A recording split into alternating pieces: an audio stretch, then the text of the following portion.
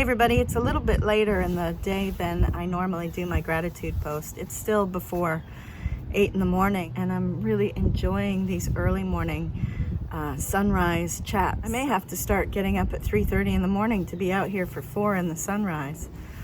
Today is Mother's Day in North America, and today I am grateful for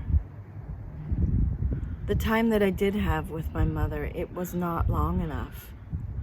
And I'm grateful for the relationship that we did have because we were very close with one another. I'm grateful that I had her in my life, and I'm grateful for the legacy that she left me, both from her culture and her own personality. She was a very smart woman and a very kind woman. So yeah, I'm very grateful that I had her in my life.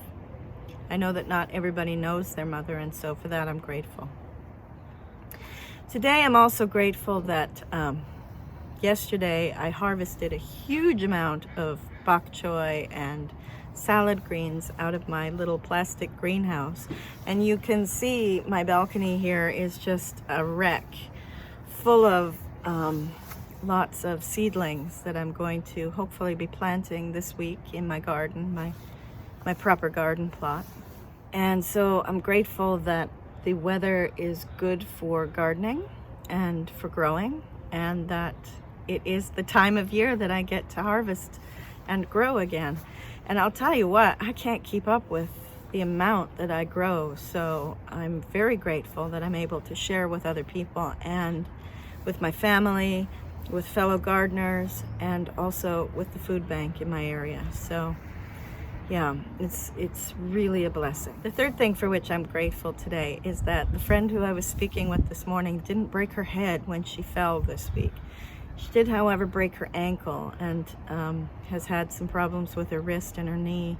And I had a similar fall about a year ago, and my shoulder is still out of whack from it.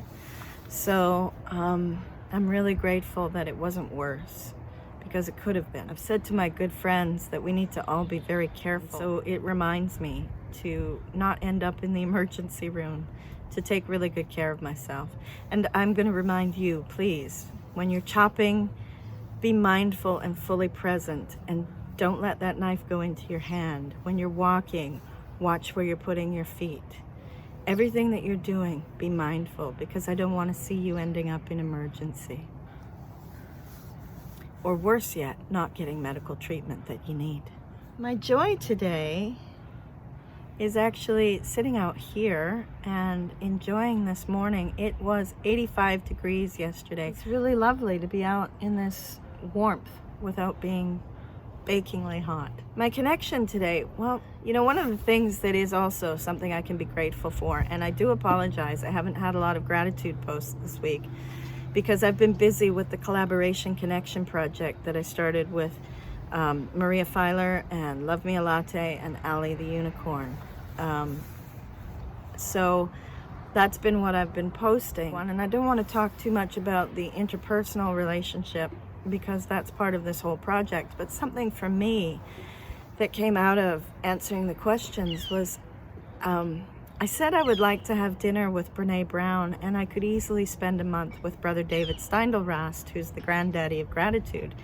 And it occurred to me, well, why don't I? So I'm going to be starting a month of sessions with Brother David. He doesn't know about it. It's going to be his talks on YouTube and his books. And every day I'm going to spend some time with Brother David, really getting immersed in his views on gratitude. Service is always a tricky one for me because in my spiritual tradition, it's not really something that we talk about as much as we dedicate ourselves to. And so talking about it seems weird. And secondly, I kind of downplay the things that I do as a matter of course in my life. I just sort of take it for granted. And so my service today was some time I spent yesterday with a friend, just being a good listener and not offering solutions or opinions about what she was saying, but just simply affirming what she was feeling and her right to feel it. And sometimes we all need that. For what are you most grateful today?